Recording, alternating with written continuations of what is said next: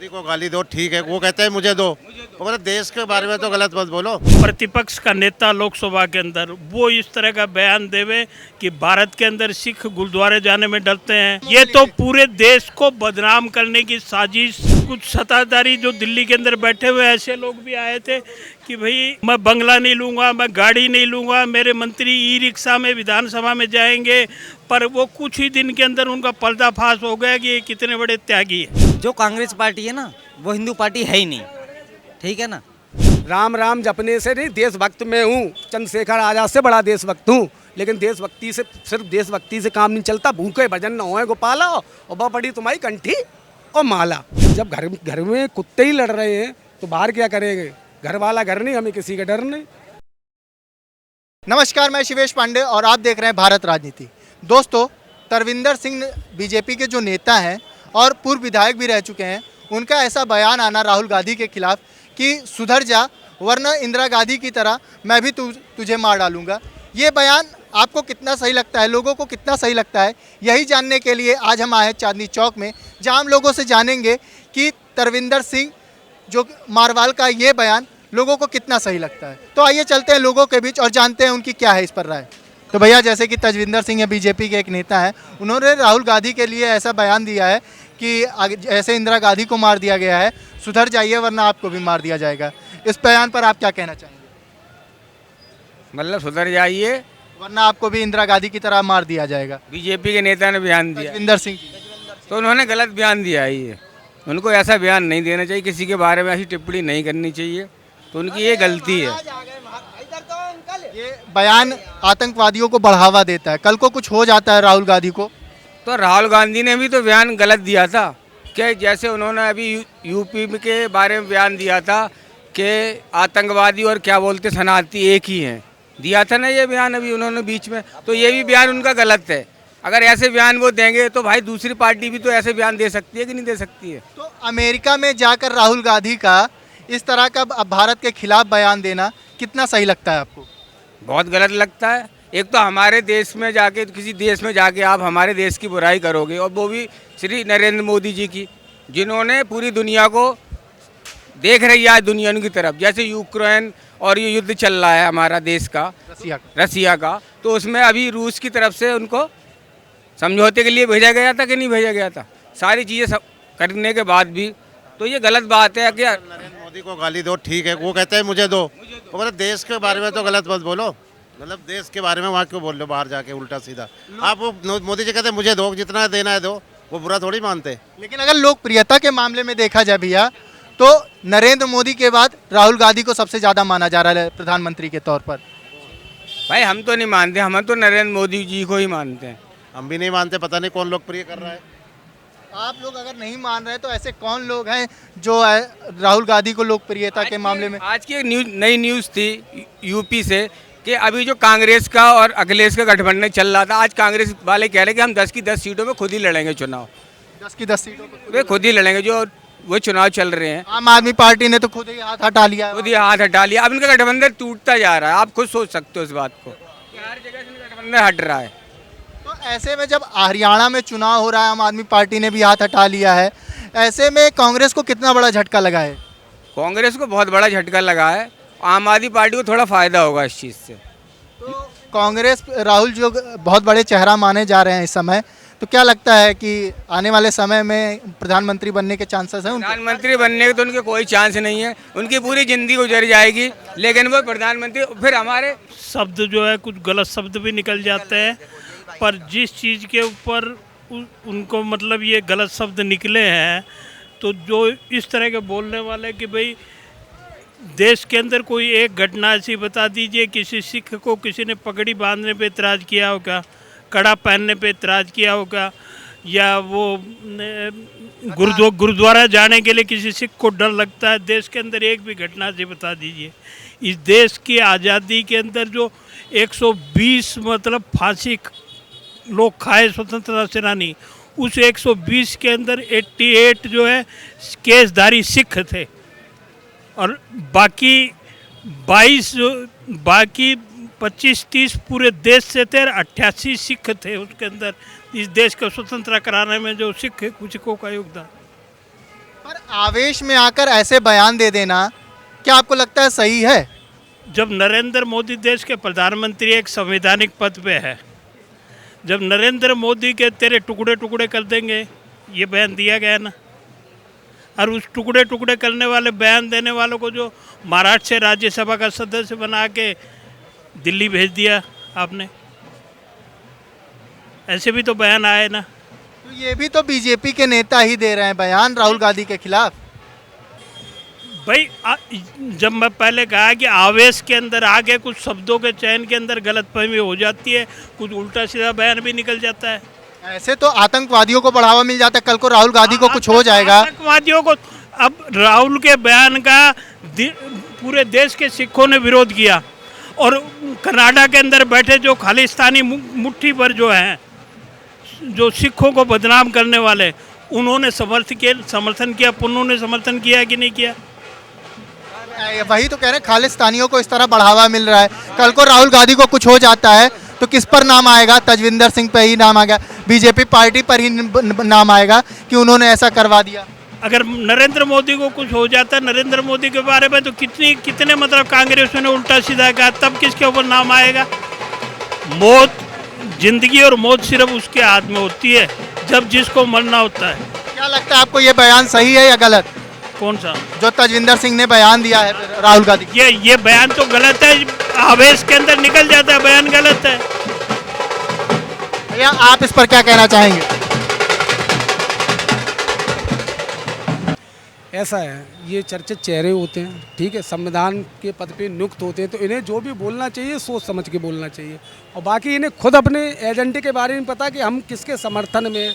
अब जैसे कि पुलिस, नेता, अधिकारी, संवाददाता, इनका मुख्य मौलिक एजेंडा है सच का समर्थन। ये खुद ही नहीं कर रहे हैं तो पब्लिक और प्रजा क्या करेगी? प्रशासन का अर्थ होता है प्रजा का शासन, यानी आज की डेट में शासक कितना मजबूर है वो शासक ही जानता है। मध्यम वर्गीय युवा, ठीक है, हर चीज़ पे जीएसटी, फलान ढिकान, मुर्दे के कफन तक पे जीएसटी, आटा, तेल, चावल, प्रगति के 5 वो हैं वरदान, ठीक है, अग्नि, जल, वायु, ठीक। आप जल तक पर, जल को भी आपने प्रतिरोधित कर दिया, जल को भी प्रतिरोधित कर दिया, ठीक है। खाने पीने मजदूर की मजदूरी पे भी टैक्स है। तो ये क्या है? अपनी मनमानी चलाई जा रही है कि नहीं चलाई जा रही है? आप ये बताइए मुझे। संविधान किसके लिए है? संविधान में जो उल्लेख किया गया है सत्य का समर्थन। कोई जस्टिस का मतलब वो मजिस्ट्रेट जो कुर्सी पे बैठा हुआ वो जस्टिस नहीं होता महाराज, वो जस्टिस का मुख्य लोक सेवक है। आज की डेट में हम किसी भी संवाददाता से, किसी भी नेता से, किसी भी अधिवक्ता से कोई भी जानकारी ले लें या कुछ भी कह दें कि भाई सच का अपना मुख्य मौलिक एजेंडा ही बता दो। चलो आप संवाददाता हो, आपको पता है आपका एजेंडा क्या है? हमारा एजेंडा तो हमें पता है, तभी तो आपके बीच आए हैं। तभी तो नानरन संत्यन पंथा वित्तो देवयान यना क्रम तस्यो हप्त कामो यत ततस तय से परम निधानम। ये कोई श्लोक नहीं है। कहते ना कि यानी कि ये शासन चल रहा है फलान और ढिकान और हिंदू मुसलमान, ऐसा कुछ नहीं है। ये सत्यमेव जयते का मुख्य श्लोक जो भारत देश ही नहीं पूरी दुनिया के संविधान ने सहज स्वीकारा है, चल रहा है ना।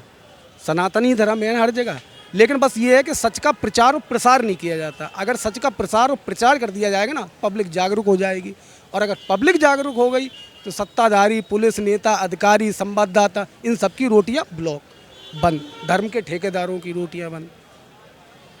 पर ऐसा बयान देना ये आपको कितना सही लगता है? गलत लगता है ना, गलत है। पहले आप अगर किसी चर्चित चेहरे पे हो, आप किसी पद पे नियुक्त हो, तो पहले आप सोचो, समझो, फिर उस चीज़ को बोलो, क्योंकि स्वर और समझ में अंतर होता है बड़े भाई। खालिस्तानियों को और आतंकवादियों को इस बयान से कितना बढ़ावा मिलेगा, इस पर आप क्या सोचते हैं? अरे बढ़ावा तो मिलेगा ही। जब घर में कुत्ते ही लड़ रहे हैं तो बाहर क्या करेंगे? घर वाला घर नहीं, हमें किसी का डर नहीं। आओ उड़ाओ मौज लो। जैसे कि अमेरिका में जाकर राहुल गांधी का ऐसा बयान देना, भारत के खिलाफ जाकर, भारत में रहकर आप अमेरिका में जाते हैं, आप भारत की नमक खाते हैं और भारत के ही खिलाफ जाकर बोलते हैं, ये आपको कितना सही लगता है? ये नमक हलाली है ना, ये नमक हलाली नहीं है, नमक हरामी कर रहा है। ये नहीं हो रही ना, जो हम जिस का खा रहे हैं ना, और वजह किसी और की रहे, अपने घमंड में चूर है। वो भी ऐसा बयान किसी साधारण आदमी ने नहीं दिया। प्रतिपक्ष का नेता लोकसभा के अंदर वो इस तरह का बयान देवे कि भारत के अंदर सिख गुरुद्वारे जाने में डरते हैं, कड़ा पहनने में डरते हैं, पगड़ी धारण सिखों के खिलाफ नहीं और भी धर्म ये तो पूरे देश को बदनाम करने की साजिश की पूरी दुनिया के अंदर, जब अमेरिका के अंदर मैं ये कहूँगा तो वो पूरी दुनिया के अंदर की रोटियां सिक रही है। ये धर्म के नाम पे क्यों किया जा रहा है? सीधी सी बात है, सच्चाई। राहुल गांधी के कार्यक्रम में आज तक के पत्रकार को क्यों पीटा गया? अमेरिका के अंदर पीटा गया ना, सिर्फ उसने ये सवाल कर दिया कि भारत के अंदर तो ऐसी स्थिति नहीं है। इसी के ऊपर उसका कैमरा तोड़ दिया गया, उसका मोबाइल छीन लिया गया कि राहुल गांधी से ये सवाल क्यों किया। उसी अमेरिका के अंदर ना, ठीक कह रहे, वो अपनी सोच के अंदर ये घटना हुई ना, तो उनका भी अनुभव है, उन्होंने भी अपने जीवन में अनुभव लिया है।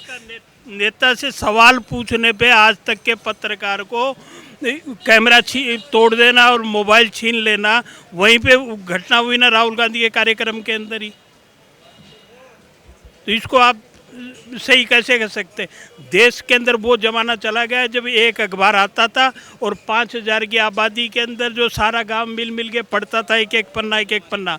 अब हर आदमी के पास में, एक रिक्शे वाले के पास में भी टच वाला मोबाइल है, वो नेट का बैलेंस डलता है और किसी भी घटना का आधी घंटे के अंदर पोस्टमार्टम हो जाता है। क्या सही है क्या गलत है? बट सही गलत तो जनता भी नहीं देखती भैया।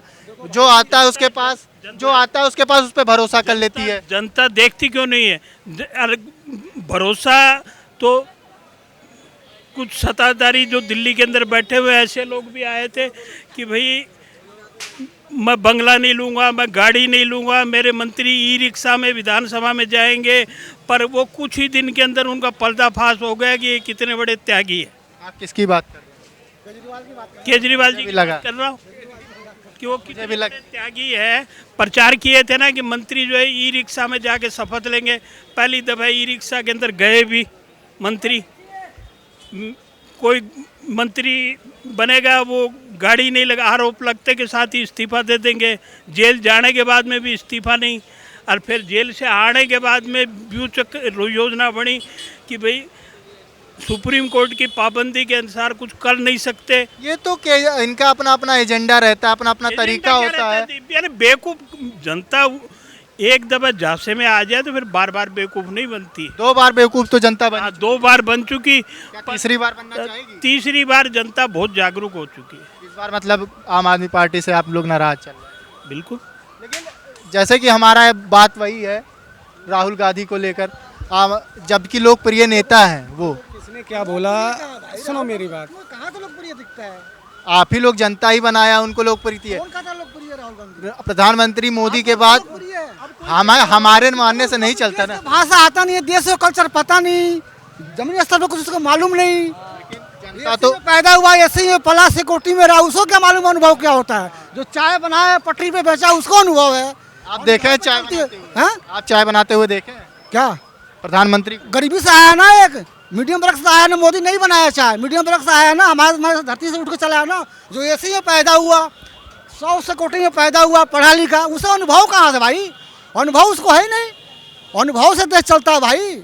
हमारे पुराने महाभारत काल में जाओगे ना तो जो राजा शांतनु था उसने अपने सिपाही के लड़के को उसने राजा बना दिया। उसकी माँ ने बोली तूने ऐसा क्यों किया? उसने बोला हमारा औलाद गद्दी संभाल ही नहीं सकता, तो इससे बढ़िया राज सुरक्षित रहे, तो सिपाही लड़के को बना दिया जो देश को संभाल सकता है। तो देश को संभाल सकता है वो बनेगा। जरूरी तो है ना कि जो नेहरू गांधी के परिवार से है ये राहुल गांधी जो है इंदिरा गांधी के पोता है, जब वो देश को नहीं संभाल सकते। एक मिनट चाचा, एक मिनट में, जो कांग्रेस पार्टी है ना वो हिंदू पार्टी है ही नहीं, ठीक है ना? या हिंदू मुसलमान की बात नहीं हो रही है। बात ये है भाई मेरे, जो देश को संभाल सकता है। घर में चार पुत्र है। एक मिनट बेटे, 4 बेटे हैं घर में। जो घर को संभाल सकता है, पूरा काम धाम संभाल सकता है, गार्जियन उसी को बनाया जाता है, चाहे बड़ा हो या छोटा हो, उस समय नहीं रखता है। जो पूरा संभाल ले उसको मालिक बनाया जाता है। बड़ा छोटा से कोई लेना देना नहीं होता है। बड़े को बना दिए, बड़े को अकल है। आदमी की सोच बिकती है, ठीक संभालेगा देश को, अनुभव पर संभालता है देश। लेकिन अगर लोकसभा चुनाव, उपचुनाव की बात की जाए, विधानसभा उपचुनाव और लोकसभा चुनाव की बात की जाए, तो इस बार बीजेपी को झटका काफी लग गया है। कांग्रेस को तो काफी, इंडिया गठबंधन को उन्होंने भटकाया है, लोगों को भटकाया है। मैं उत्तर प्रदेश का, उत्तर प्रदेश सिर्फ उत्तर प्रदेश ही सबसे बड़ा डिसीजन पॉइंट है। सबसे बड़ा डिसीजन पॉइंट है ना, जिसमें बीतती है वो जानता है। उत्तर प्रदेश सिर्फ दर्पण की नहीं है, दर्पण की भूमि नहीं है, यानी कि सिर्फ बलिदान ही देना नहीं जानता, वो दर्पण भी दिखाना जानता है।